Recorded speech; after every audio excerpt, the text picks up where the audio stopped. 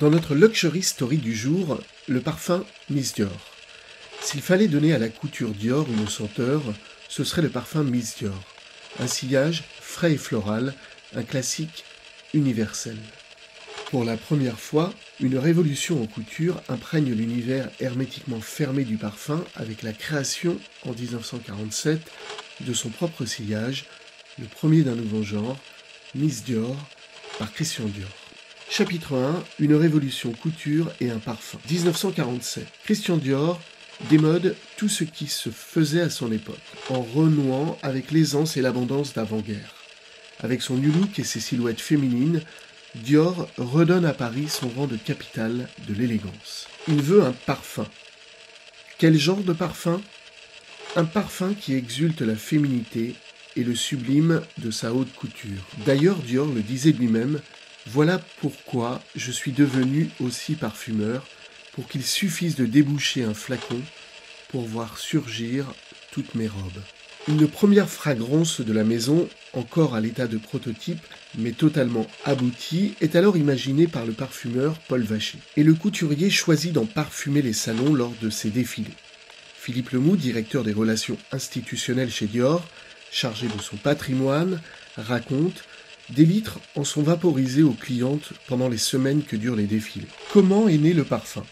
Christian Dior souhaitait un parfum frais mais sensuel, jeune mais indémodable, un parfum qui sent l'amour. Ce délicat parfum, c'est dans les jardins de Granville qu'il trouve son point de départ. Inspiré du crêpe de Chine de Milo, un chypre puissant d'aldéhyde et d'acétate de styralyle, l'accord est repris dans le Miss Dior avec en plus du galbanum pour accentuer l'effet de l'acétate. En décembre 1947 donc, quelques mois après l'introduction de ce parfum toujours sans nom, 283 exemplaires de ce premier flacon hyper luxueux sont commercialisés. Taillé en cristal de baccarat sous forme d'amphore, dessiné par Fernand Guéricola. Comment ce parfum sans nom est-il devenu le Miss Dior ? Une journaliste familière de la maison dans les années 1940 et 1950, Alice Chavannes de Dalmatie, rapporte comment, lors d'une réunion, alors même que Christian Dior et Milza Bricard méditaient ce sujet, la sœur de Christian Dior fit une entrée impromptue. Descendant doucement les grands escaliers, c'est vers lui qu'elle regarde, quand Milza la voit et annonce « Tiens, voilà Miss Dior ». Christian, inspiré, s'exclame « Miss Dior, c'est mon parfum ». Chapitre 2. Miss Dior, une allure, une attitude. Mais alors, comment Christian Dior, en personne, décrivait-il le Miss Dior ? Miss Dior est léger, frais et vif, depuis les premières notes de galbanum et de gardénia, rehaussé par l'impertinence de la sauge. Puis s'enroulant dans l'espace parfumé, le charme insaisissable du jasmin, de la rose et du néroli se mêle aux envoûtantes harmonies du patchouli et du cisté labdanum, tandis que la chaleur veloutée de la mousse de chêne s'attarde dans l'air. Comment capturer l'effluve Miss Dior en mots ?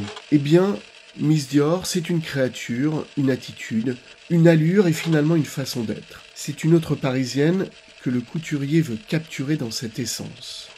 Un Paris libéré, un Paris plus jeune, plus fou, ivre de jazz et affranchi. Miss Dior a toute l'audace de Catherine, c'est pour la France que Catherine Dior s'est battue, c'est pour retrouver ce Paris qu'elle s'est engagée durant la Seconde Guerre dans la Résistance. Miss Dior apostrophe le passant comme le ferait l'enthousiasme de la jeunesse. L'impact pareil a une poussée de vitalité qui rend le pas plus certain. Sûre d'elle, pressée jusqu'à l'impertinence mais exhalant un chic fou, c'est ça Miss Dior. Un jus libre et espiègle versé dans un flacon gravé des codes durs, lesquels reconnaît-on immédiatement. C'est Christian Dior lui-même qui dessine un flacon coupé comme un tailleur. Un motif pied de poule, coulé dans du verre massif, un nœud fontange pour en enserrer le col, le flacon iconique apparaît alors dans sa version définitive. Chapitre 3. Variation autour de Miss Dior, Nathalie Portman en égérie. Les parfums Miss Dior nous entraînent dans des escapades olfactives enchanteresses, voguant à travers d'immenses jardins fleuris et des éclats de pétales. Au cœur de chaque flacon se trouve un trésor naturel, une ode intemporelle au bonheur. Alors, c'est peu surprenant de savoir les parfums Miss Dior comme les plus désirés au monde. Oui, car au fil du temps, Miss Dior a connu des variations composées par les nez les plus iconiques. à commencer par François Demachy, le parfumeur créateur derrière nombre d'icônes olfactives signées Dior. Avec sa variante Blooming Bouquet, l'essence s'apparente à une robe fleurie, une variation de Miss Dior spécialement conçue pour flatter les créations printanières de Raf Simons, alors DA de Dior. Le Miss Dior eau de toilette introduit une touche rafraîchissante, offrant un contraste à l'intensité du parfum Miss Dior original.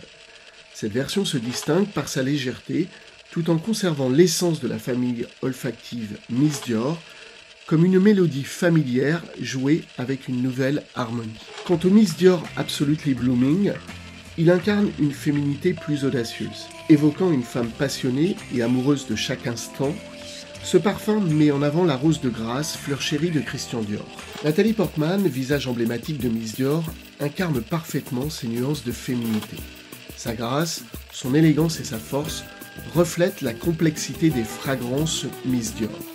Elle incarne la femme Miss Dior, à la fois douce et audacieuse, délicate et déterminée. Et puis Miss Dior, c'est ce cri d'amour parfaitement incarné dans des campagnes publicitaires fascinantes de beauté et de liberté. Vous les avez en tête, non? Et vous, que feriez-vous par amour? Lance Natalie Portman presque défiante. Miss Dior, c'est ainsi l'œil de la réalisatrice Sofia Coppola, qui réalise les campagnes Miss Dior Chérie et Miss Dior. Sur un air de La vie en rose de Grace Jones, Moi je joue de Brigitte Bardot ou Je t'aime moi non plus de Gainsbourg et Birkin. Le chic et la sensualité absolue en somme. Un héritage désormais entre les mains du talentueux né de la maison Francis Kurkdjian. Un parfumeur qui a acquis une notoriété fulgurante avec sa première création, le mâle pour Jean-Paul Gaultier, maintenant prêt à poursuivre l'héritage parfumé de Miss Dior.